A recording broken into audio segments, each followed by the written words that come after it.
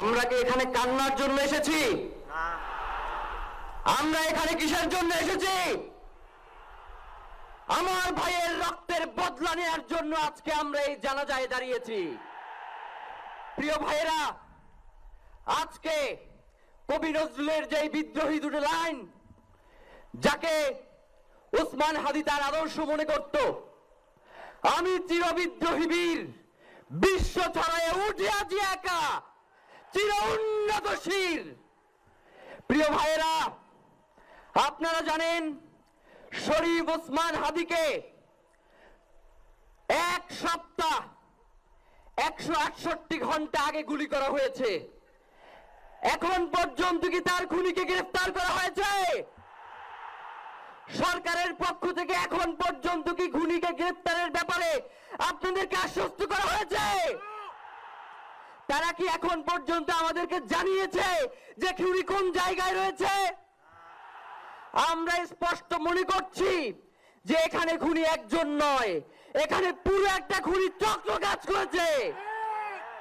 আমরা ইনকিলাব মঞ্চ এবং তার পরিবারের পক্ষ থেকে আপনাদেরকে জানিয়ে দিতে চাই, খুনি, খুনের পরিকল্পনাকারী, খুনের সহায়তাকারী এবং পুরো খুনি চক্রকে বিচারের আওতায় নিয়ে আসতে হবে এবং আগামী 24 ঘন্টার মধ্যে স্বরাষ্ট্র উপদেষ্টা এবং সহকারী উপদেষ্টা খোদাবক্স তাদেরকে জনতার সম্মুখে এসে তারা এই খুনের ব্যাপারে গত এক সপ্তাহ ধরে কি পদক্ষেপ নিয়েছে তা জনসম্মুখে জানাতে হবে।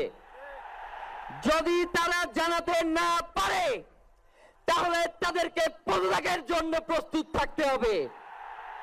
আমরা ইনকিলাব মঞ্চ কোনোভাবে এই শরীফ ওসমান হাদির রক্তকে বৃথা যেতে দেব না। আমরা ঘোষণা করতে চাই, শরীফ ওসমান হাদির রক্তের মধ্য দিয়ে বাংলাদেশ ইনসাফ কায়েম হবে। আপনাদেরকে তিনি বারংবার বলেছেন, বাংলাদেশের স্বাধীনতা, সার্বভৌমত্ব রক্ষা এবং ইনসাফের লড়াইয়ের জন্য আমাদেরকে যদি জীবনও দিয়ে যেতে হয় আমরা জীবন দিয়ে দেব, তবু ইনসাফের লড়াই ছাড়বো না। সুতরাং প্রিয় বন্ধুগণ, আমাদেরকে ইনসাফের লড়াই লড়তেই হবে। আপনারা রাজি আছেন কিনা?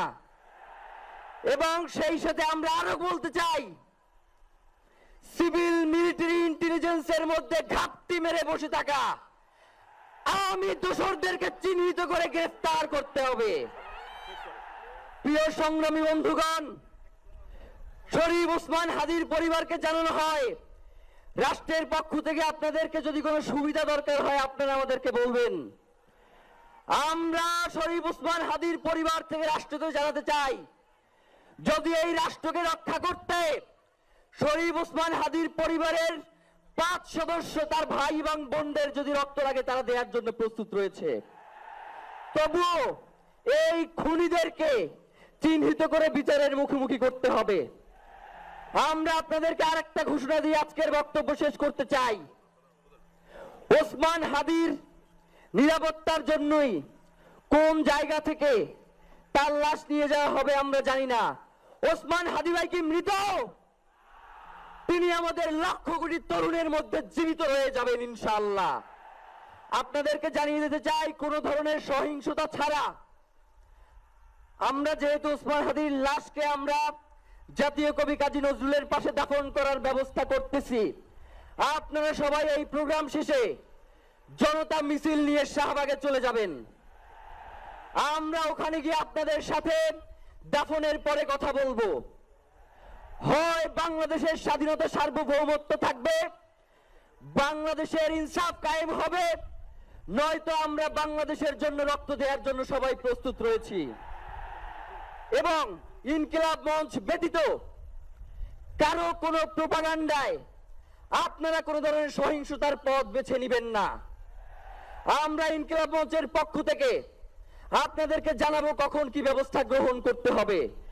আপনাদের সকলকে, এই লক্ষ লক্ষ মানুষকে, আজকে শরীফ ওসমান হাদির জন্য যারা এসেছেন, শহীদ শরীফ ওসমান হাদি, তাকে আমরা সবাই দোয়া করব এবং তার যেই লড়াইয়ের পথ, তার যেই সাংস্কৃতিক আন্দোলন, তার যেই আধিপত্যবাদের বিরুদ্ধে লড়াই, আমরা সকলে সেটাকে একসাথে প্রতিহত করব। বাংলাদেশ জিন্দাবাদ, ইনকিলাব জিন্দাবাদ, নারায়ে তাকবীর, নারায়ে তাকবীর। দিল্লি না ঢাকা, দিল্লি না ঢাকা, গোলামি না আজাদি, ক্ষমতা না জনতা, আপোষ না সংগ্রাম, দিল্লি না ঢাকা।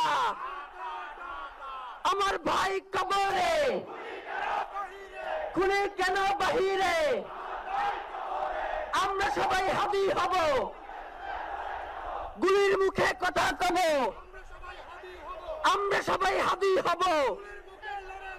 নারায়ে তাকবীর, ইনকিলাব ইনকিলাব, মুজিববাদ মুর্দাবাদ, ইনকিলাব জিন্দাবাদ।